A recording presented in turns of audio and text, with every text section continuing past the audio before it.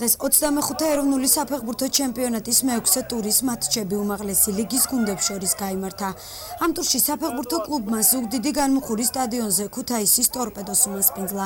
გუნდებს შორის საკმაოდ დაძაბული თამაში შედგა. ორივე გუნდს თამაშის დროს ჰქონდა საგოლე მომენტები, თუმცა პირველი ნახევარი 0-0 დამთავრდა.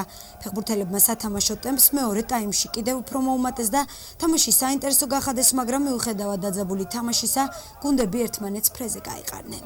ბიჭებმა დღეს რაც გააკეთეს, ეს იყო მართლა გმირობა და მადლობა კიდევ ერთხელ ბიჭებს.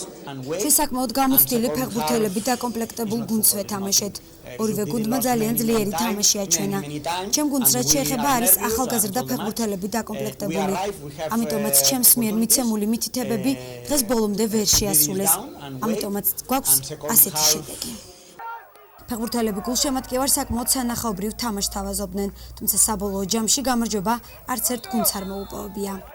ბოლომდე დაიხარჯნენ ბიჭები, კარგი ბრძოლა იყო, მომენტები ასე თუ ისე ჩვენ უფრო ბევრი ქონდა, მაგრამ მომენტების შესრულება ვერ მოახერხეთ. ამა განაპირობებო მორჩა თამაში. ყველაფერი გავიღეთ, რაც შეგვეძლო და მოვიპოვეთ ქულა რა, რაც ახლა ცუდი შედეგი ნამდვილად არ არის. მომდევნო მეშვიდე ტურის შეხვედრა ზუგდიდი რუსთავის მეტალურგის წინააღმდეგ გამართავს.